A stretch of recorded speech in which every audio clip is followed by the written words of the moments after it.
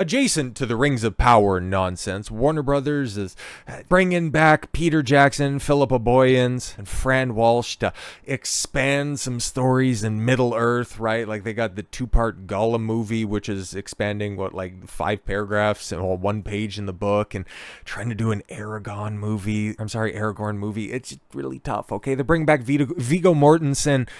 I think Ian McKellen, his old ass, feelers are getting put out there for him to come back as Gandalf. But guys, had the opportunity to do something great with the Hobbit movies in the mid-2010s. Everybody was young enough and alive enough to participate in some sort of a reunion to celebrate how great the original trilogy was, but it didn't pan out. You had something there. You had like a really good 3-hour movie spread across 9 hours of tripe. It sucks. You did a bad job. Why would we think that you guys coming back once again, trying to do the exact same thing over again, would yield better and different results? And that's something that the original Elrond, the only Elrond, thinks about this process, because Hugo Weaving, I've had enough of Middle-earth. Don't anticipate me coming back, reprising my role.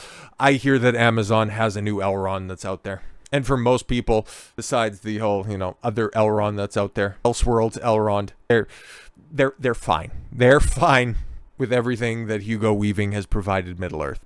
It's all well and good, okay? But actor Hugo Weaving's performance as Elrond in the Lord of the Rings franchise may be legendary, appearing in 6 movies and making the elf a fan favorite character. Well, yeah, the Council of Elrond scene in Fellowship is just, one of the best, if not the best scenes in the entire trilogy. Like, I don't know what to tell you, man. He's great in the role. Or when he gives Andoril back to Aragorn after it's been reforged in Return of the King. Like, it's all great. It's all great. But maybe he just doesn't want to have to come back and reprise his role, so that he'd have to meet up with Kate Blanchett's Galadriel so they could square away their kiss that they shared in their youth. I want to die. Speaking to Games Radar recently about his current project, Slow Horses. I've heard things about that. I think that is supposed to be the last thing that the great Gary Oldman is ever going to do, which sucks. Boo, boo. We need more Gary Oldman in the world. There's nobody coming along to replace these excellent actors, right? Like Michael Caine last year retired. Gary Oldman's apparently hanging it up, and I'll take as much Clint Eastwood as we can possibly get, even though he's in his 90s. Ian McKellen, same thing. Like what? We got Timothy Chalamet, ugh, but in which he delivers a terrifying performance as the villainous Frank Harkness. Yeah, according to our Slow Horses season 4 review. Well, that's nice, fantastic. Earlier this year, it was revealed that the prequel, The Hunt for Gollum, is in the works as part of a new batch of movies of the first live-action Lord of the Rings films based. Released since the Hobbit trilogy. Words are hard. While Weaving's co-stars have expressed their desire to return, including Gandalf's, Ian McKellen, and Aragorn star, Viggo Mortensen. Because the entire premise for Hunt for Gollum is about how Aragorn tracked him down years prior to Fellowship. It's like, it's kind of strange how, Ian McKellen could potentially be returning to the role of Gandalf at a point in time where maybe he should be playing Saruman. Because it's getting to that time where back in the late 90s when they were casting the original trilogy, Christopher Lee was out there, and he had already had a long-established relationship with Tolkien back in the cup, back when they were alive. They were friends, and he actually got the blessing. He got the blessing from Tolkien to play Gandalf, but Peter Jackson and Ian McKellen convinced him to play Saruman, which is probably the best decision possible, mostly due to the fact that he was too old to play the role of Gandalf. But here you have Ian McKellen pushing the same age that Christopher Lee, if not older, he was back in the day. And now he could theoretically come back.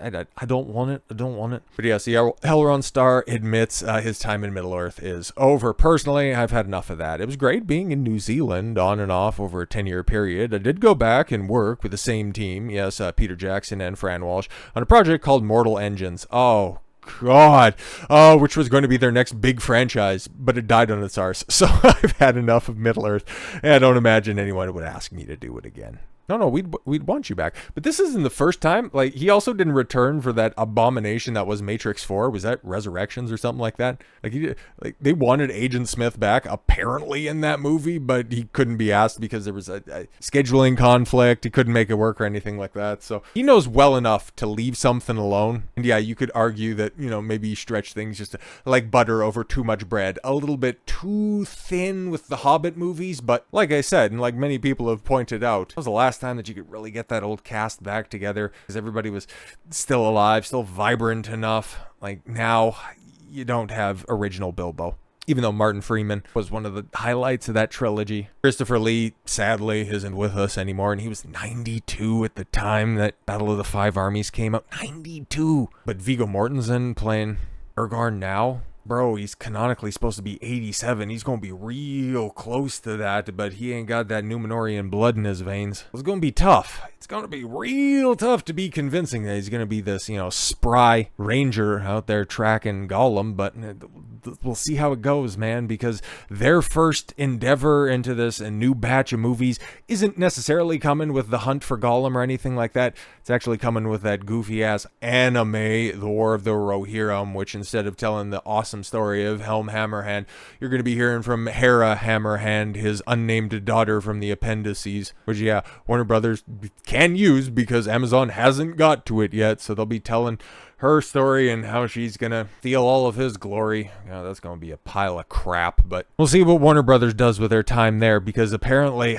could be running out, because the other company that owns some of the rights to Tolkien's work, Amazon MGM Studios, oh god, I see this and I die inside. I die inside a lot, okay? Stupid Jennifer Sulky indicates it could purchase the rights to The Lord of the Rings from Embracer Group. Can we not? Can we not?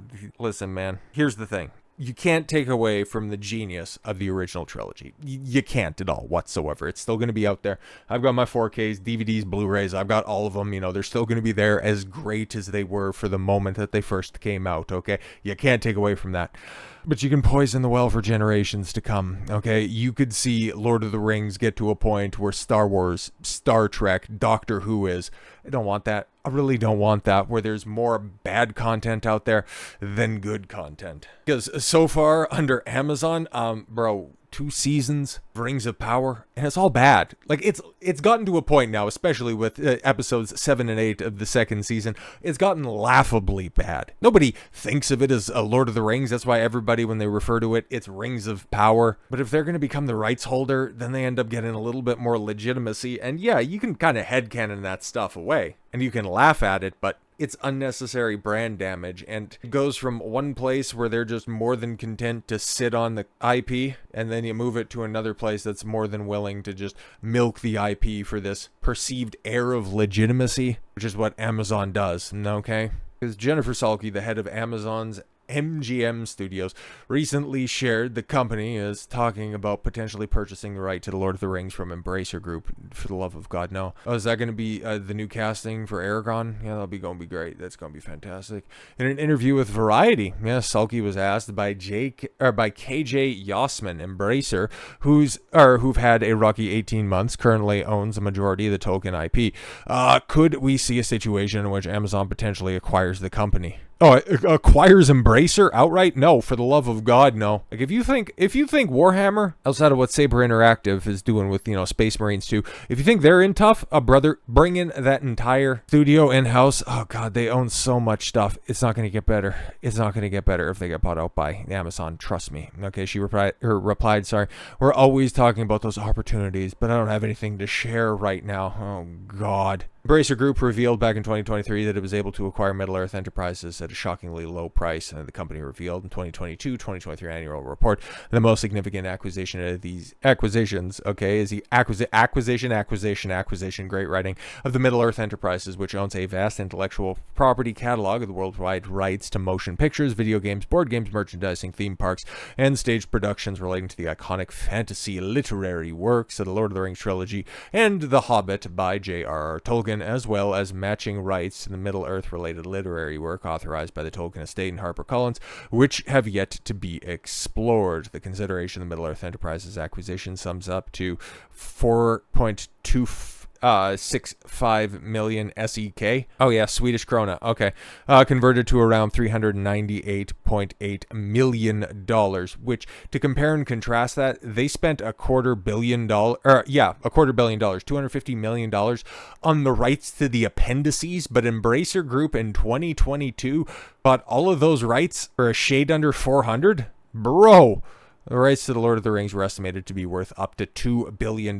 Yeah, because if you do it right, it's a franchise that prints money. Like, when you think fantasy, it's all shaped by Lord of the Rings. And if you do it right, I mean, just look at the legacy of the original trilogy. I'll bring it up again because that's what you can get instead of a disposable show that everybody's already forgotten a week after its conclusion. Okay. And the fact that you have to go out there and continually lie about it, like, bro, nobody believes this shit. You ratty, tattered old handbag of an executive. But she's out there also saying in this interview that over 55 million people engaged with Rings of Power Season 2.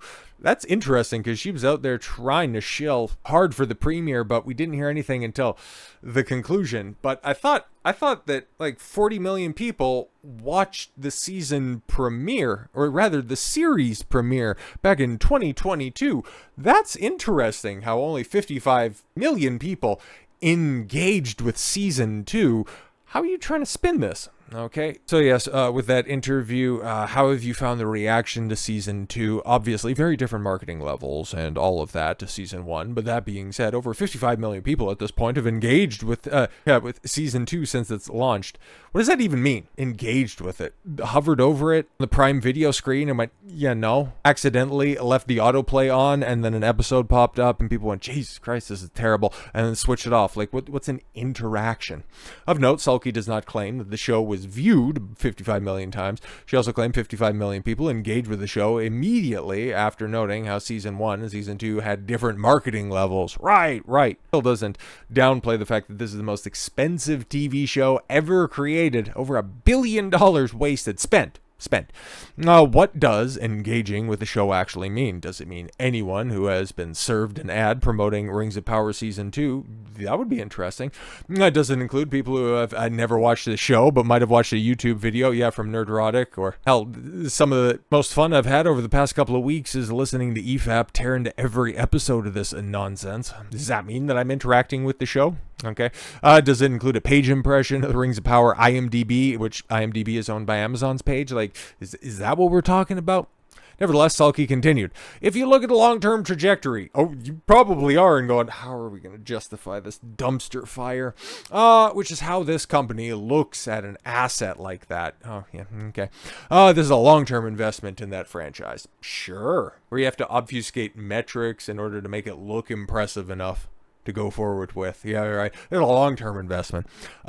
She then declared, well, that's well over 150 million viewers watching and engaging with the show.